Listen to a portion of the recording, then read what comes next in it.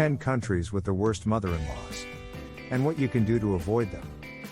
When it comes to family, not all cultures are equal. The importance of in-laws varies widely across different societies, and the role of the mother-in-law, in particular, is almost a cliché in some cultures. Because of that, many people who marry someone from a different background need preparation before they meet their future mother-in-law or father-in-law. However, things don't always go smoothly for everyone, and some couples get stuck with in-laws from hell.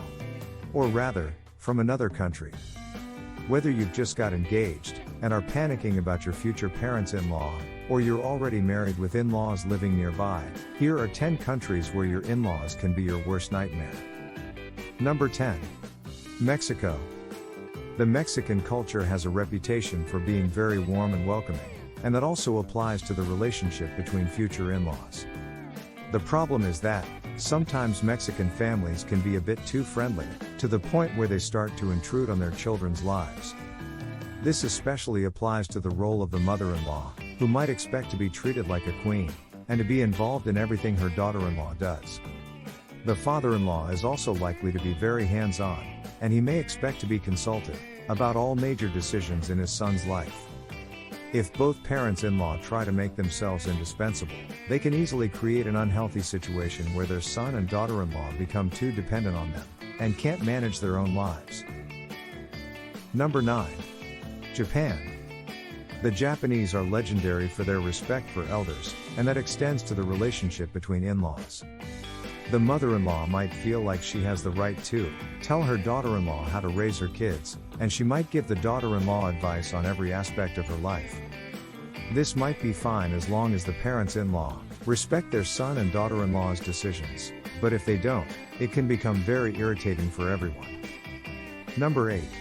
China. The Chinese culture places a lot of weight on the family, and the relationship between future in-laws is no exception. The Chinese mother-in-law is likely to be very involved in her son's life and his marriage, often to the point where she can be overbearing. The mother-in-law might expect to be consulted about every decision her son makes, including the choice of his partner in life. Her daughter-in-law might be pressured to live up to very high expectations, and be constantly criticized if she doesn't. This can be especially problematic if the mother-in-law has high expectations and the daughter-in-law feels like she can't live up to them. The father-in-law is likely to be less involved, and might be able to ease some of the tension. Number 7. The Philippines.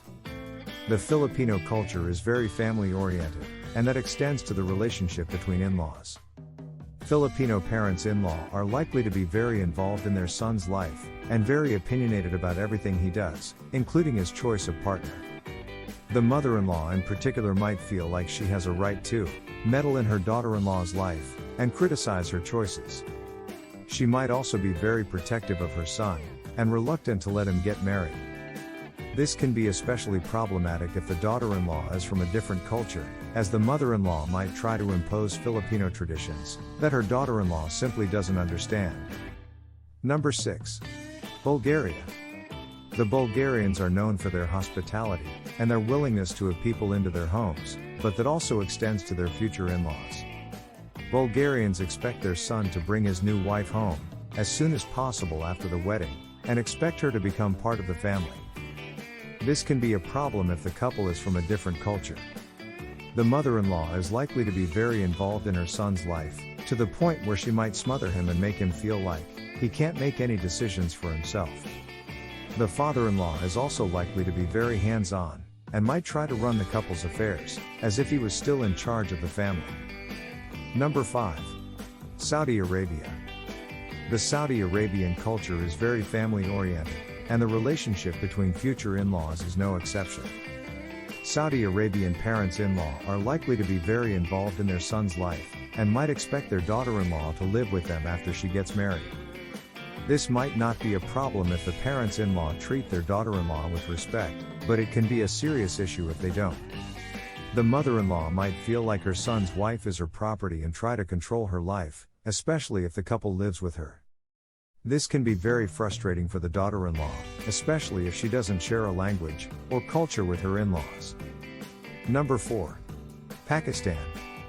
The Pakistani culture places a lot of weight on family values and the relationships between relatives. So it's no surprise that the in-laws are a huge part of the lives of Pakistani couples. Pakistani parents-in-law are likely to be very involved in their son's life, and might expect their daughter-in-law to live with them after she marries. This might not be a problem if the parents-in-law respect their daughter-in-law, and treat her like part of the family, but if they don't, it can be a serious issue. The mother-in-law might feel like her son's wife is her property, and she might try to exert a lot of control over the daughter-in-law. This can be a real problem if the parents-in-law have very high expectations of their daughter-in-law, especially if they are from a different culture. Number 3. Kenya. In Kenya, the mother-in-law is traditionally known as mama, which is a term used for both mothers and mothers-in-law. The term mama can be applied to any woman who looks after you and is very close to you.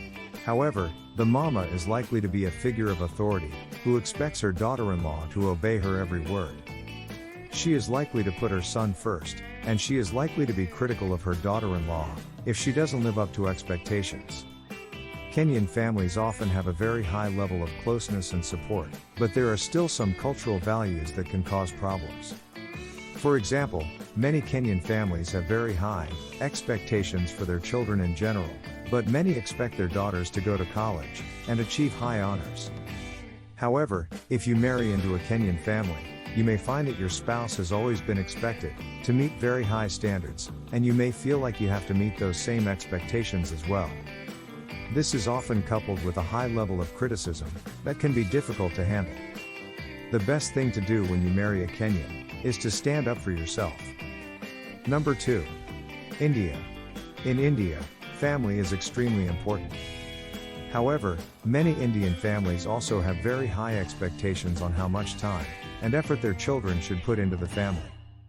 India is the second worst place in the world, after Nigeria, for a woman to have a mother-in-law. If you marry into an Indian family, you may find that you are expected to drop everything in your life and help out with every gathering and ceremony. Another issue that comes up in Indian families is that some people can be very critical. If you ever disagree with someone, or they don't like something that you do, they may tell you that you are wrong, rather than trying to understand where you're coming from. Indian parents-in-law are 100% involved in their son's life, and expect him to live with them after he marries. This might not be a problem if the parents-in-law respect their daughter-in-law, and treat her like part of the family, but it can be a serious issue if they don't. And in most cases they don't. The mother-in-law might feel like her son's wife is her property, and she might try to control her life. She is not allowed to have her own opinion, subjections, or saying when it comes to any family affairs. This can be especially challenging if you ended up marrying into a family of scholars or academics who are used to making others feel inferior just by speaking. Number 1. Nigeria. Oh, welcome to hell. Although Nigerians are a very warm and friendly people, but they also have a very high level of expectation when it comes to family. In many Nigerian families, you are expected to come see your parents regularly and attend any gatherings that are hosted by them. In Nigeria, the mother-in-law is referred to as Iya Oko. This is a Yoruba word that is used for both mothers-in-law and grandmothers. The Iya Oko is likely to be a traditional woman who expects her daughter-in-law to be obedient and to follow the family rules. In most cases is not a rules, but laws set intentionally for their daughter-in-law. No matter how hard you try to please your mother-in-law, is always not enough, and you're not good enough for her son, so she might be trying to get him a second wife. Sometime her son will begins to see her point. If you cook a delicious meal, you're spending and wasting her son money. Cook normal food, you're starving my son. Dressed good for your husband, you're cheating. If you don't, you're disgracing your husband and the entire family. If you don't get pregnant on time, you're a barren woman. If you have a lot of children, you're killing your husband's dreams by dragging him down with children and causing poverty in the family. Like I said, no matter what you do, is not good enough. This can be very frustrating for the daughter-in-law, especially if she doesn't share a language or culture with her in-laws. If you marry into a Nigerian family, you might find yourself being expected to spend a lot of time with your in-laws, even if you don't really like them. However, if you find yourself in a situation like that, there are a few things that can help. First, you can try to schedule your time around theirs. If you know that they have a weekly or monthly obligation that you have to be at, try to plan your time so that you're free during that time. Second, try to set some boundaries. No matter how much they insist you come over, you can always tell them that you have other plans that don't involve them.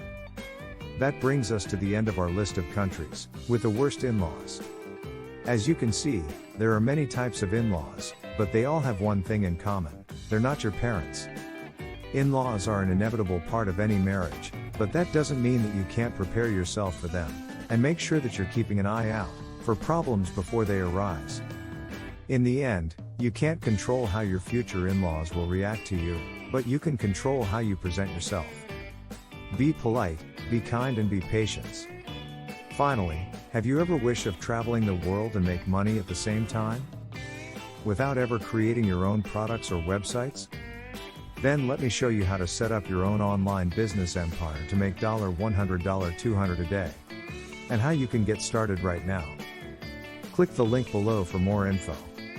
If you love this type of videos, please subscribe to our channel, like and share this video with your friends, then hit the notification bell, that way you won't miss any of our future videos. Thank you.